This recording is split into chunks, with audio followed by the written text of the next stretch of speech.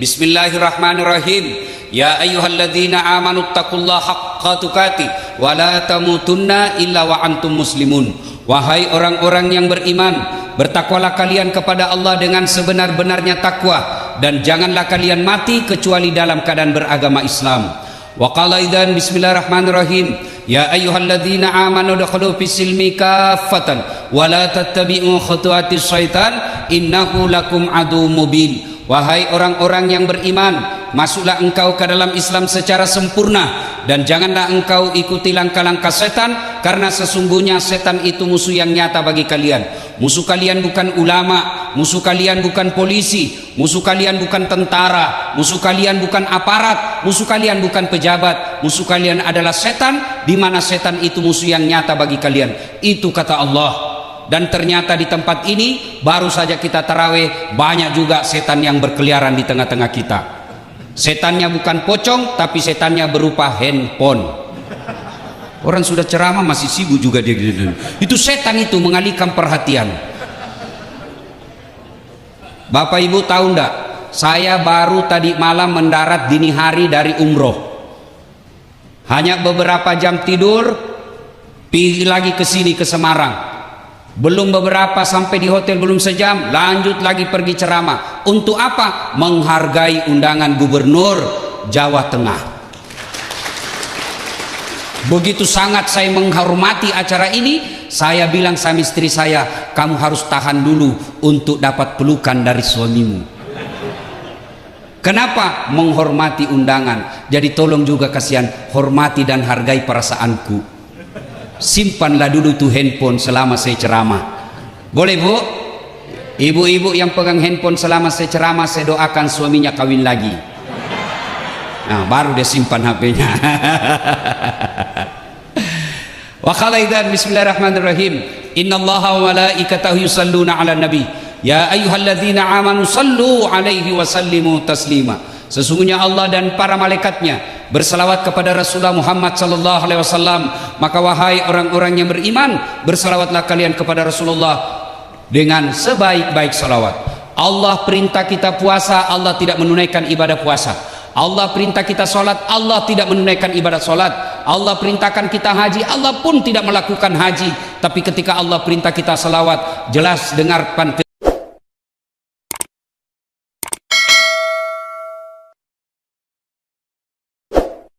firman Allah, innallaha wa malaikatahu, Allah dan para malaikatnya bersalawat kepada Rasulullah Muhammad sallallahu alaihi wasallam. Begitu cintanya Allah dan malaikat kepada Rasulullah. Lalu kenapa kita umatnya tidak cinta kepada Nabi? Rasulullah ketika wafat datang ditawarkan oleh malaikat Jibril. Sebelumnya Allah sampaikan, malaikat, kau turun jemput kekasihku Muhammad, cabut nyawanya, dengan catatan tanya dulu, kalau dia mau eksekusi, kalau tidak mau jangan lakukan, tunggu sampai dia mau. Bayangkan Pak, satu-satunya manusia ditawari, Muhammad, saya diperintah Allah cabut nyawamu, kalau kau mau, menurutmu bagaimana? Tapi Rasulullah apa kata beliau? Siap. Nabi dan Rasul sebelumku selesai melaksanakan tugas, mereka menghadap kepada Allah. Jibril, aku pun siap hari ini, tapi tolong berikan saya berita gembira tentang umatku. Beliau tidak tanya, berikan saya berita gembira tentang anak cucuku, tentang keluargaku. Tidak, beliau berkata, berikan saya berita gembira tentang umatku. Begitu cintanya Rasulullah kepada kita. Lalu kenapa kita bersalawat saja malas? Ayo bersalawat bareng-bareng. Saya mau ajak kita salawat, bukti cinta kita kepada Rasulullah Muhammad sallallahu alaihi wasallam. Sallallahu ala Muhammad, sallallahu alaihi wasallam, sallallahu ala Muhammad, sallallahu alaihi wasallam. Ibu bapak saudara-saudara sekalian teristimewa yang kita hormati, Bapak Gubernur Jawa Tengah Bapak Haji Ganjar Pranowo SHMP beserta seluruh jajaran yang insya Allah dimuliakan dan dirahmati oleh Allah Subhanahu wa taala. Bapak Ibu Porkopindah Provinsi Jawa Tengah, Bapak Ketua Basnas Jawa Tengah yang terhormat Kiai Haji Ahmad Daroji yang insya Allah dimuliakan dan dirahmati oleh Allah Subhanahu wa taala. Saya pada kesempatan ini tidak secara detail bercerita tentang nuzulul Quran, karena itu Bapak selalu dengar dan bisa diupdate di YouTube kita masing-masing. Pertama yang ingin sampaikan, sebelum Al-Quran turun, kita tahu ada yang disebut masyarakat jahiliyah. Apakah masyarakat jahiliyah itu hanya hidup 1400 tahun yang lalu? Jawabannya tidak. Meskipun Bapak Ibu tidur sekarang, hidup sekarang, puasa sekarang, tapi punya karakter masyarakat jahiliyah, Bapak Ibu termasuk orang jahiliyah. Apa masyarakat jahiliyah? Satu, sombong, takabur, angkuh. Jadi kalau ada orang Islam mengaku dirinya Islam, mengaku diri umat Rasulullah, tapi dia sombong, takabur, pongah, itu masyarakat jahiliyah. Dan Pak Gubernur, dosa setan yang ditiriskan sampai setik ini selalu dia kembangkan dan selalu ditanamkan kepada kita, dosa sombong. Apa yang kita mau sombongkan? Satu, ilmu. Aduh, ilmu, kalau Allah mau dicabut ilmu kita, pikun. Ada orang di kampus banyak sekali gelarnya, bertumpuk-tumpuk, profesor, doktor, tak.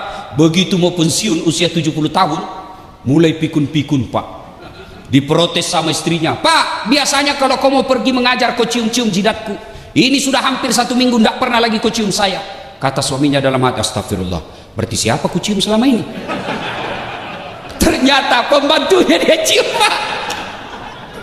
Apa mau sombong? Profesor, doktor, Allah cabut ilmumu, kau tidak bisa bedakan mana istrimu, mana pembantu. Pak Kadis jangan juga modus. Teman-teman sudah dengar ceramah ini, besok didapat di kamar sama nanya, Pak, saya kira mamamu nak. Apa yang kita mau sombongkan dengan ilmu? Allah jelaskan dalam Al-Quran, wa ma utitu minal ilmi illa qalila. Saya tidak berikan kamu ilmu kecuali sangat sedikit. Itulah makna kenapa kita tidak mengetahui arti alif lam mim, Toha, Yasin. Apa tujuannya? Allah ingin tunjukkan, jangan kau sombong dengan ilmu. Alif lam mim kau tidak tahu. Adakah ustadz yang sombong karena ilmunya? Banyak. Mana ustadz yang sombong? Yang tidak mau menerima perbedaan pendapat, seolah-olah hanya dia penghuni surga, kayak dia panitia hari kiamat. Aduh, dulu waktu saya kecil itu kalau kita sholat jamaah, Pak, di masjid subuh, kalau di samping kanan kita tidak kunut, kita tidak ribut, Pak. Allahu Akbar, samping kanan kunut, tidak ribut, kita cuma bilang dalam hati, oh Muhammadiyah, selesai. Sekarang Pak, dia belajarnya di YouTube, baru 3 minggu, baru 2 menit habis kuotanya, paham agama setengah-setengah, hanya dia tahu jingkrang, hanya dia tahu pelihara jenggot, hanya dia tahu bicara Arab setengah-setengah. Afwan, jazakallah ya ukhti, kaifa haluk ya habibi, kullu nafsin saikatil maut. Ya sudahlah, jangan sombong karena ilmu. 2, apa yang mau sombong? Jawatan. Gubernur mau sombong, aduh, 10 tahun men, selesai. Wabillahi taufiq wal hidayah. Gambang Garuda Pak Pranowo, Pak Ganjar, 10 tahun aja dipakai, Pak. Begitu habis masa jabatan, Bapak masih mau pakai keliling Jawa Tengah, dibilangi gila, Pak. Ayo, apa yang kita mau sombongkan? Kepala dinas kamu sombong, pret. Kamu bisa jadi kepala dinas kalau gubernur senang. Biar gubernur senang, kalau istri beliau tidak senang, tidak jalan kamu. Apa yang mau kita sombongkan? Jabatan, jangan sombong. Pak Kajati mau sombong, aduh men, pensiun. Ketua DPR, ya kalau terpilih lagi, Pak. Kalau tidak, wabillahi taufiq wal hidayah. Apa yang kita mau sombongkan? Ada yang merasa sombong karena hebat, banyak followernya, Dasat Latif. Jangan kau sombong Dasat, kau bisa begitu karena ada yang nonton kamu. Kalau tidak ada follower saya, mana hebatnya? Saya ceramah di sini berdebu, bergema, berapi-api, hebat, 1 jam membara ceramah saya, tidak ada yang nonton. Lewat orang, sudah lama itu Ustadz gila di dalam. Maka jangan sombong. Jabatan kita miliki sekejap saja, ilmu yang kita miliki jangan sombong. Yang ketiga yang menyebabkan sombong, kaya. Apa yang kamu sombongkan dengan kekayaanmu? Di atas langit ada langit. Allah marah dengan kekayaanmu. Oke lah, masih banyak harta, masih bagus mobil, masih banyak tabungan. Allah titip satu penyakit dalam dirimu, tidak ada bisa kau makan. Banyak kan Bapak tahu? Banyak duitnya miliaran, tabungannya miliaran, tapi apa? Dilarang makan nasi, dilarang makan garam, dilarang makan gula, dilarang makan daging, dilarang makan demak. Apa saja bisa dia makan? Ubi rebus. Duit 10 miliar ubi rebus saja bisa dia makan, Pak. Begitu dia ke dokter, apa kata dokter? Mohon maaf Pak Kadis, selama Bapak aktif sebagai PNS, Bapak tidak pernah kena sinar matahari. Mulai besok jam 8 Bapak keliling di komplek, kasih sinar matahari. Jangan pakai baju Pak ya, jangan pakai peci, pakai celana pendek aja Pak, supaya kena sama matahari. Jangan pakai sendal. Kelilinglah dia di komplek dari jam 8 sampai setengah 10, tidak pakai baju, pakai celana pendek, tidak pakai sendal. Apa bedanya sama gembel? Ada 3 teman setan di dunia kata Allah. Ganiyun mutakabbir, orang kaya yang sombong. Kaya pangkat Pak Gubernur sombong, temannya setan. Kaya ilmu Ketua Basnas sombong, temannya setan. Kaya harta, hartawan sombong, temannya setan. Tapi kalau mereka golongan ini sombong, orang masih tolerir dan maklumi. Kenapa? Ada hal yang dia bisa sombongkan. Wajarlah dia sombong, dia gubernur Jawa Tengah, paling banyak penduduknya bos. Kaya, wajarlah dia sombong. Apa aja dia punya, wajar dia kaya, profesor doktor, tinggi ilmunya. Tapi temannya setan, meskipun itu dia masih dimaklumi. Kenapa? Segala dia punya. Tapi kalau itu sudah temannya setan. Tapi kalau sudah tidak terkenal, miskin, pengangguran, mengharap-harap THR, jelek mukanya, bau mulutnya, sombong lagi. Kau bukan temannya setan, kau sudah jadi setan cilaka. Ayo, kalau ada di antara kita masih punya rasa sombong, Allahu Akbar, kalian gagal dalam berpuasa. Tujuan orang puasa, Bapak semua sudah hafal. Endingnya puasa, akhirnya puasa, la'allakum tattaqun, mengenai orang-orang bertakwa. Dan salah satu sifat orang bertakwa kata Imam Buzairi, tawadu. Apa itu tawadu? Rendah hati, bukan rendah diri. Saya ketawa dalam hati kalau ada lihat pejabat, anggota DPR, kepala dinas, kepala seksi mau sombong. Aduh kasihan, berapa lama kau punya jabatan? Maka semakin tinggi jabatan, semakin cakep, semakin cerdas, semakin kaya, tapi dia rendah hati. Itulah yang Allah cintai dunia sampai akhirat. 2, karakter orang jahiliyah. Apa itu? Nganggap remeh orang lain. Selama Bapak suka nganggap remeh orang lain, itu karakter jahiliyah. Allah larang Bapak pakai mobil mewah, silahkan, itu rezekimu. Allah larang pakai emas berlian, silahkan, itu rezeki, tidak dilarang Allah pakai. Kalau perlu pakai berlian itu gigi.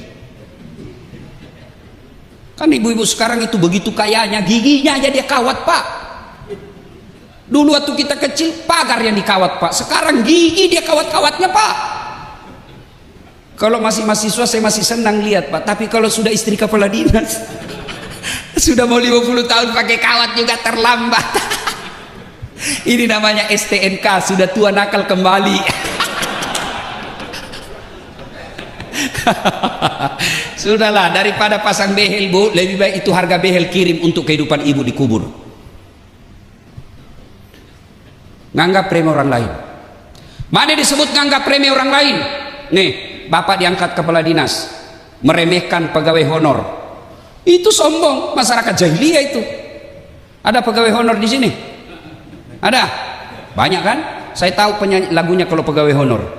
Berakit-rakit dahulu, berenang-renang ke tepian, sakit-sakit dahulu, susah-susah dahulu, lalu kemudian tetap susah. Itu pegawai honor tuh. Sebelumnya PTT namanya kan, pegawai tidak tetap. 5 tahun kemudian TTP, tetap tidak pegawai. Ya. Nah, ketika masyarakat waktu itu di Mekah, jahiliyah namanya, sombong, nganggap remeh orang lain, takabur, congkak, itu kan Abu Jahal. Abu Lahab, Abu Jahal itu Pak, beliau itu cinta sama Nabi. Dari Rasulullah lahir sampai usia 40 tahun, masyarakat Mekah senang sama Rasul. Bahkan masyarakat Mekah memberi gelar Muhammad Al-Amin, yang terpercaya. Kenapa? Mereka begitu cinta kepada Rasulullah. Bahkan Rasulullah ketika usia 36 tahun pernah menjadi tokoh pemersatu orang Mekah pada waktu itu. Ketika apa? Ketika Hajar Aswad, Makkah Ka'bah dipugar, Hajar Aswad dibuka, kemudian mau ditempel kembali ke tempat semula. Bani-bani, suku-suku yang ada di Mekah bertengkar berhari-hari, tidak ada penyelesaian. Akhirnya mereka percayakan kepada Muhammad untuk menunjuk, ya Muhammad, siapa di antara kami yang kau tunjuk? Nabi membuka serbannya, beliau ambil serbannya, serban 4 suku, 4 sudut yang bertengkar 4 suku. Maka Nabi berkata, pegang suku sujudnya masing-masing serbanku, lalu angkat ini, kita angkat bareng-bareng, selesai masalah, menyelesaikan masalah tanpa masalah.